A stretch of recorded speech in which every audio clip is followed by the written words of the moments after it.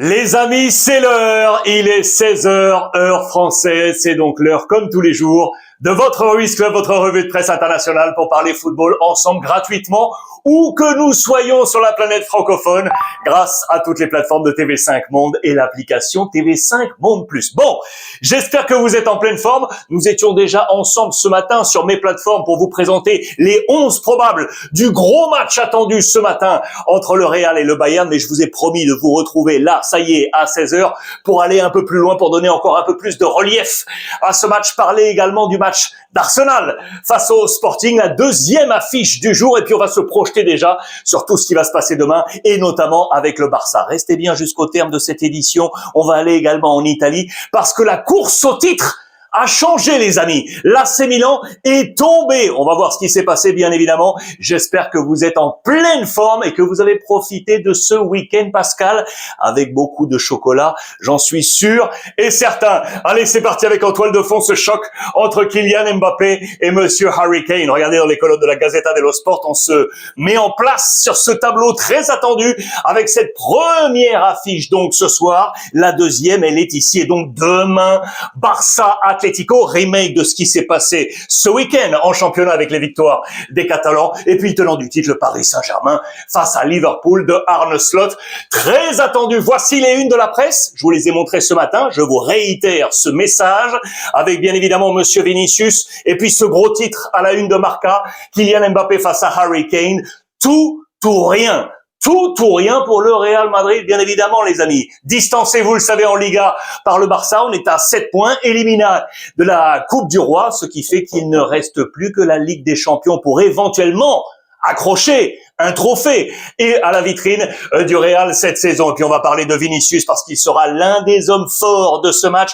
Il veut de nouveau être la pesadilla du Bayern, le cauchemar du Bayern. Pourquoi ? Parce qu'on a en tête ce qui s'était passé il y a 2 ans. 2024, demi-finale, le Real s'était qualifié avec un énormissime Vinicius et on va y revenir. Regardez, parce que je vous ai retrouvé dans mes archives justement la presse de 2024, le match aller, les amis, le match aller, 2 buts partout sur la pelouse du Bayern Munich où Vinicius avait marqué les 2 buts et notamment le deuxième sur penalty. Il était alors en pleine forme. Il avait été élu MVP. Il était à 21 buts cette saison, toute compétition confondue. Il était vraiment en mode XXL. Souvenez-vous à ce moment-là, pas de Kylian Mbappé. Il n'était pas là. On n'était vraiment pas dans le même tempo. Thomas Tuchel était le coach du Bayern. Carlo Ancelotti était encore le coach du Real Madrid pour mener vers la voie de la victoire et du succès en Ligue des Champions. Regardez quelles étaient les équipes. Portez juste un regard rapidement sur ces différents noms et notamment là côté Real Madrid. Il y avait encore Monsieur Toni Kroos. Il y avait encore Monsieur Luka Modric. Ce n'était pas la même époque et le match retour, eh bien les Madrilènes, souvenez-vous, prenaient la route de la finale de Wembley avec Monsieur Rossellou. Vous vous en souvenez certainement encore. Regardez, ils sont ici les 11 de départ et Rossellou, les amis, était entré en jeu à la place de Valverde à la 80e minute pour marquer les 2 buts de la victoire. Répondra Davis qui avait ouvert la marque à la 68e, 88e. Rosselló pour l'égalisation, 91e Rosselló pour la qualification et donc l'élimination du Bayern Munich. C'était un autre temps, les amis. Kylian Mbappé était donc encore sous les couleurs du Paris Saint-Germain. Regardez la une du quotidien national français aujourd'hui, L'équipe. Il est à la une sous le maillot blanc du Real Madrid. Son but en blanc parce que c'est toute une saison qui se joue. Pour le Real Madrid, mais également pour lui, bien évidemment. Pour Kylian Mbappé, c'est son moment clé, vous l'aurez compris, et donc notamment ce choc face à Harry Kane, qui sera bien là, les amis. On avait un doute, vous le savez, durant ces dernières semaines, un petit coup au niveau du mollet et du pied. Vincent Kompany, le coach du Bayern, a rassuré tout le monde. Il est bien là. Regardez, ça c'est la photo qui est à la une du quotidien allemand Bild. Page intérieure ici avec les compositions d'équipe et on va y revenir. Mais attardons-nous sur ce choc entre Harry Kane avec Kylian Mbappé. Regardez, l'UEFA Champions League nous a proposé ces chiffres avec 2025-2026, 9 matchs tous les deux, 13 buts pour Kylian Mbappé, 10 buts pour monsieur Harry Kane. Mais tous les deux, regardez, ici sur la même ligne, bien loin de Erling Haaland. C'est le ratio en Ligue des Champions, regardez, but toutes les X minutes depuis 2016-2017 parmi tous les joueurs ayant disputé au moins 1000 minutes. C'est le quotidien L'Équipe qui adressait tout ça, bravo, c'est à dire dans les pages digitales notamment. Mbappé, Harry Kane, le ratio c'est un but tous les 113 minutes. Regardez le max. Erling Haaland, toutes les 81 minutes. But marqué toutes les 81 minutes pour monsieur Erling Haaland. Et on va y revenir, les amis. C'est le 29e affrontement entre le Bayern et le Real Madrid. C'est un historique, ça, de l'histoire de la Ligue des Champions, bien évidemment, avec 13 victoires pour le Real Madrid, 11 pour le Bayern et 4 matchs nuls. On aura un match dans le match également, puisque Harry Kane va retrouver son coéquipier de sélection, monsieur Jude Bellingham, très attendu d'ailleurs au tournant. Regardez les pages intérieur du quotidien The Sun, We Still Believe, le jeu de mots, bien évidemment, on a là transformé ce believe en Believe pour Bellingham, parce qu'on veut toujours y croire. La cote est en train de baisser de Jude Bellingham. Vous le savez, il n'a pas encore réussi à être dans sa pleine mesure sous les couleurs du Real Madrid et on pense notamment à la Coupe du Monde. Donc les Anglais veulent croire à un grand Bellingham avec Harry Kane à la Coupe du Monde, bien évidemment. Il sera très attendu. On parlait de Thomas Tuchel tout à l'heure. Vous le savez, c'est lui qui est devenu le sélectionneur anglais. Il aura un œil sur Jude Bellingham dans ce match. On est loin de 2024 pour moi, les amis. 2 ans, ça paraît énorme quand on voit la composition d'équipe du Bayern Munich, avec notamment la jeunesse et les talents. Que dire de Michael Olise, le français, les amis? Personne ne fait mieux que lui sur la scène européenne. Marca l'a compris, il sera l'un des principaux dangers pour le Real Madrid, avec 16 buts plus 28 passes décisives. Vous cumulez tout ça, personne ne fait mieux sur la scène européenne. Regardez ça, ce que j'ai trouvé avec les copains de Score 90 et Flash Score. Most assists in one season, le plus de passes décisives sur une saison, toute compétition confondue au 21e siècle. Regardez, saison par saison, qui fait le max? Lionel Messi, à 2 reprises, saison 11, 12, 14, 15, 31 passes décisives. Mais regardez, il est dans le top 10, Michael Olise.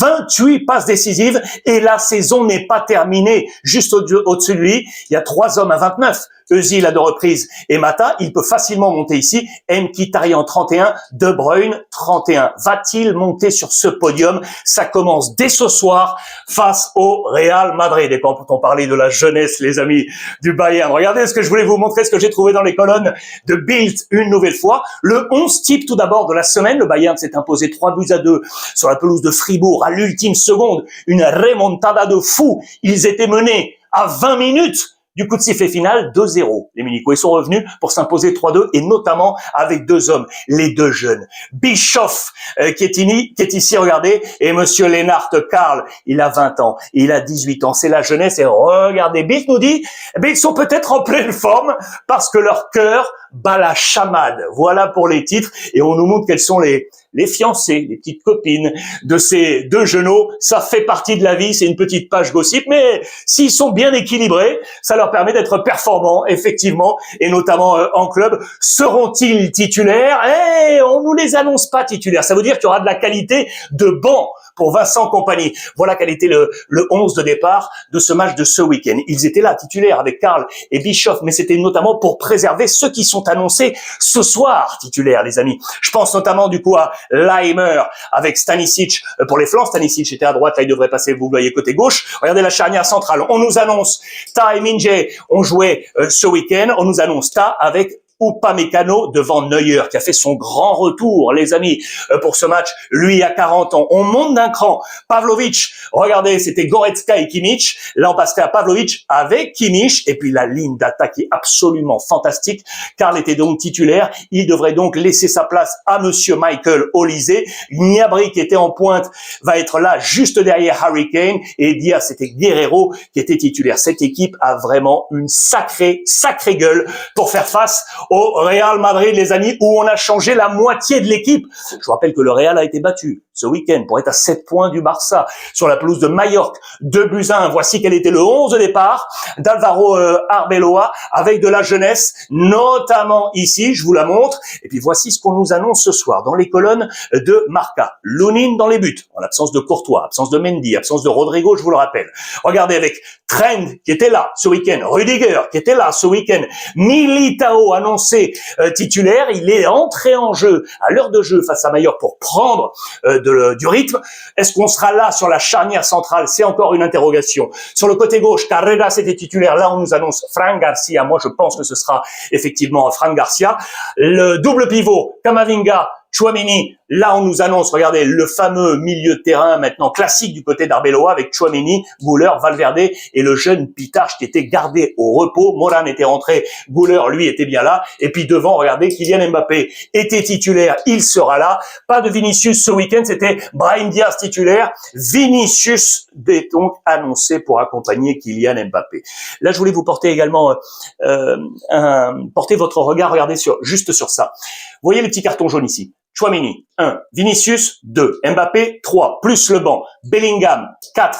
Carreras, 5. Huysen, 6. Ce qui signifie que ces 6 joueurs sont menacés. 6 cartons jaunes dans ce match aller, suspendus pour le match retour. C'est ultra important, les amis. D'ailleurs, regardez, Bild en a fait un gros papier dans les pages intérieures du quotidien ce matin avec les moments où Kylian Mbappé ou Vinicius ou encore Bellingham ont déjà vu jaune en Ligue des Champions. Attention pour le Real et donc peut-être un bienfait pour le Bayern Munich. Vinicius qui, on le rappelle ici, a donc été le cauchemar de Kimmich en 2024. Souvenez-vous de cette action où Kimmich lui donne le ballon à Vinicius pour jouer la touche et Vinicius le laisse tomber, ce qui avait énervé les supporters du Bayern Munich. Vous l'aurez compris dans les pages de Marca, c'est toute la saison qui se joue, bien évidemment. Vinicius encore, qui nous l'annonce, il était hier en conférence de presse Ligue des Champions avec Arbeloa.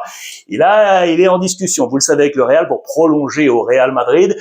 Les choses en temps et en heure. C'est le message qu'il a passé. Selon moi, pas de problème, il devrait prolonger du côté du Real Madrid. On nous rappelle que le Real, historiquement, s'est souvent imposé en Ligue des Champions en étant moyen en championnat et en coupe.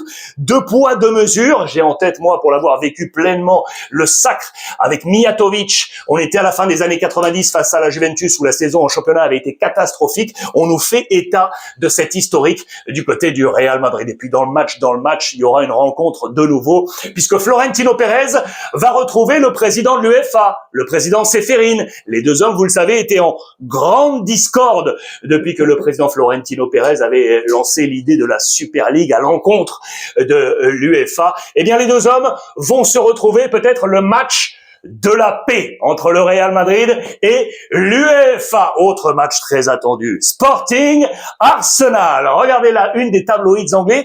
Vous avez peut-être vu ça. Alvaro Arbeloa va peut-être avoir ça en tête parce que regardez, Arteta de son côté avec Arsenal a fait un nouveau petit exercice. Regardez ces joueurs qui sont là tous ensemble avec notamment Saliba. Vous voyez ce qui est dans le cercle rouge là? C'est un stylo. Il a demandé à ses joueurs de tenir les stylos comme ça, doigt à doigt, et de bouger avec le ballon ensemble, en fait, pour rester focus, concentré. Vous me voyez venir. Il a fait le même exercice avec le ballon. Vous le voyez sur les têtes. Et regardez, les titres sont très très clairs. Ne perdez pas le stylo. Restez focus, restez concentré sur la pelouse portugaise. C'était vraiment la une de tous les tabloïds. Regardez encore le Mirror ou le Daily Star. C'est exactement la même chose et les mêmes photos. La nouvelle méthode de monsieur Mikel Arteta. Ce sera le match pour Victor Gyökeres, les amis. Bien évidemment, lui qui a porté les couleurs du Sporting Portugal. Souvenez-vous, il était l'homme fort du sacre du Sporting. Il a changé de tunique. Regardez, on nous montre tous ces chiffres. Lorsqu'il était au Sporting, 102 matchs, avec notamment près de 100 buts, 97 buts. Arsenal, c'est 43 matchs pour 17 buts. Il a à peu près le même ratio de victoire. 71% avec le Sporting, 72% avec Arsenal. Ce sera son match à Gyökeres, qui vient, vous le savez, de qualifier son pays pour la prochaine Coupe du Monde. Ça peut être une grande semaine pour lui, très attendue. David Raya, également, le gardien international espagnol. On nous rappelle dans les colonnes du Daily Mail sa petite histoire. Souvenez-vous peut-être, les grands connaisseurs de la Première Ligue s'en rappelleront. Ici, on était en 2018. Il portait les couleurs de Blackburn, les amis. Il avait eu un sacré coup. Il a eu un sacré coup du sort, le père David Raya, parce que quelques semaines avant cette photo, il avait pris un tampon énorme, quelques mois même, il avait pris un tampon énorme face à Jay Rodriguez, le joueur de West Brom, qui lui avait complètement défiguré le visage. Grosse intervention chirurgicale, regardez, avec une reconstruction faciale pour être aujourd'hui le grand gardien numéro 1. On nous raconte cette histoire pour effectivement être aujourd'hui l'un des meilleurs gardiens de la Première Ligue et bien évidemment de la scène internationale. Il sera de la sélection espagnole. Très attendu ce soir également sur la pelouse du Sporting ou au Portugal. Regardez, le match à la une de Abola n'est pas à la une. On est ici en manchette avec le coach Rui Borges et pour cause, j'allais vous dire, parce que Abola, passionné bien évidemment de Benfica. Benfica, les amis, point final. Je vous fais une parenthèse. Match nul sur la pelouse de Casapia.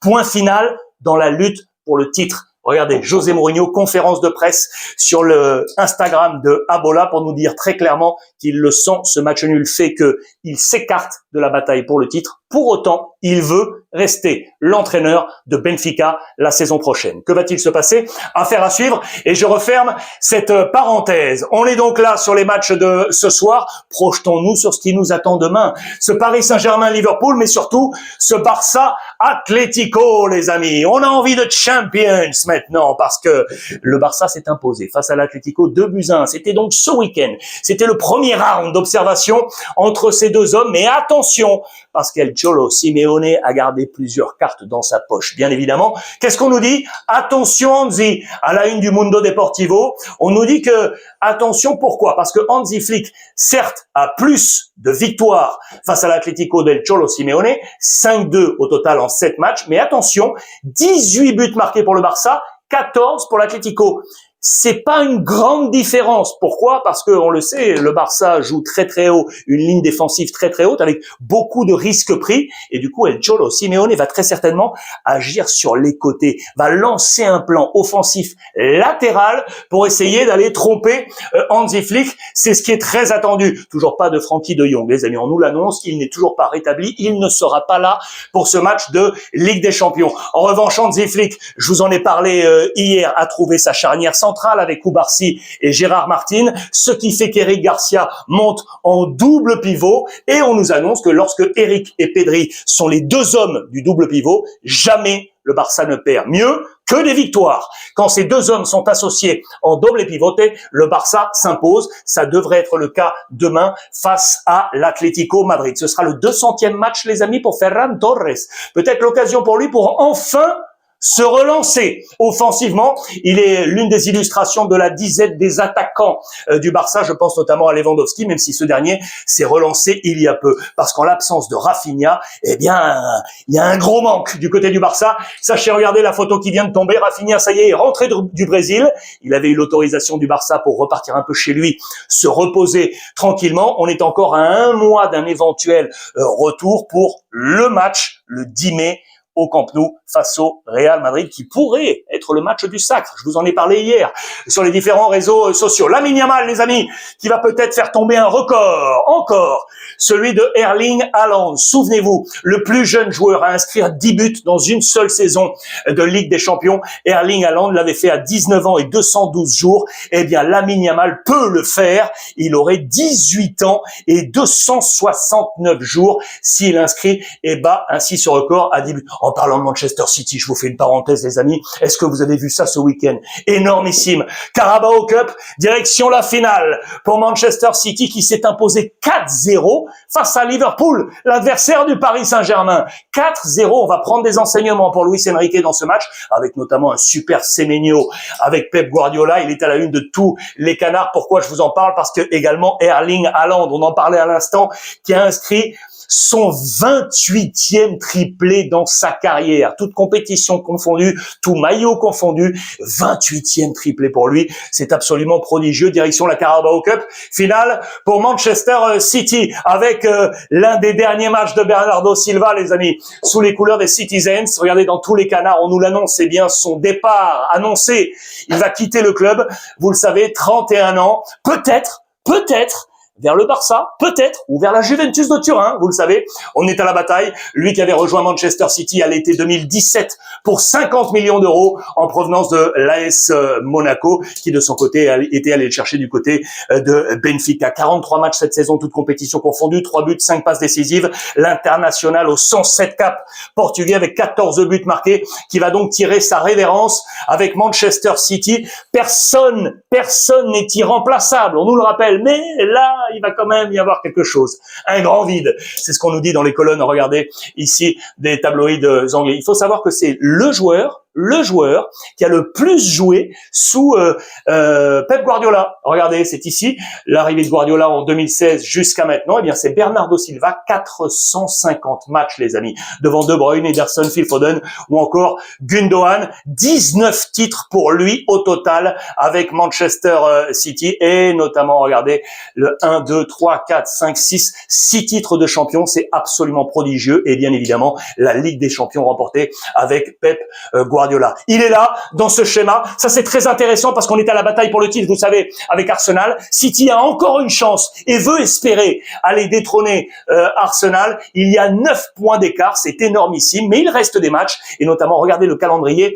City va jouer sur la pelouse de Chelsea, dur, et juste après, face à Arsenal, adversaire direct. Ça peut être décisif. Ces 2 prochaines journées où Pep Guardiola, vous le regardez, a fait un nouveau City. Il a changé tactiquement, Pep Guardiola. C'est à noter, regardez, avec ce 4-2-2-2, ici présent, pour passer en 4-2-3-1. À chaque fois, bien évidemment, Bernardo Silva, vous le voyez, est présent dans ce schéma. Allant seul ici avec Semenyo sur le côté dans les 2 schémas et avoir la présence également de Ryan Cherki légèrement à droite déporté ou plus, regardez en position axiale. Voici les changements orchestrés par Pep Guardiola pour éventuellement aller chercher ce titre de champion. Je vous avais promis un passage en Italie. On y va rapidement. Regardez, pour nous montrer quoi? Inter, il ne reste plus que Conte, car Max Allegri, l'AC Milan, est à distance. Et Lautaro Martinez est de retour et il a bien montré qu'une nouvelle fois, il y a un Inter avec et sans lui. Regardez la une de la Gazzetta. Voici le tableau et le classement de cette Serie A.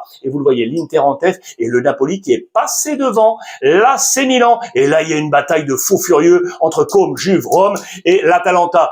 Il a marqué Lautaro, 16e but. Regardez pour le classement des meilleurs buteurs avec une victoire 5-2 face à la Roma, les amis. 5-2 face à la Roma. Je vous fais une petite parenthèse. Regardez en marge, on a tenté de savoir comment le public de l'Inter allait recevoir Bastoni, l'homme de l'élimination, vous le savez, de la non-qualification pour la prochaine Coupe du Monde, 3e consécutif pour l'Italie, l'homme qui a été exclu dans ce match face à la Bosnie-Herzégovine. Eh bien, le public de l'Inter ne lui en veut pas. Tu es, regardez, Bastoni, orgoglio nostro. On est fiers de toi, on est avec toi. C'est un bon coup amené un booster énergétique tout simplement pour lui, pour éventuellement, vous le savez, quitter l'Inter et prendre la direction du Barça. Je reste là-dessus avec l'Inter.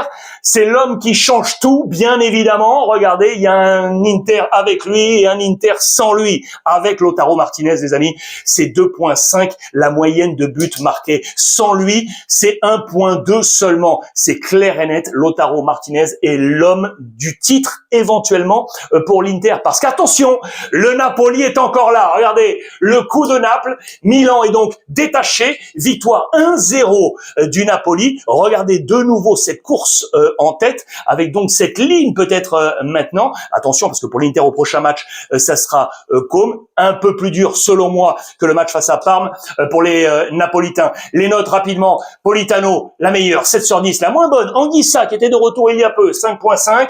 6.5 pour Antonio Conte. 5.5 pour Allegri sur 10, je vous le rappelle.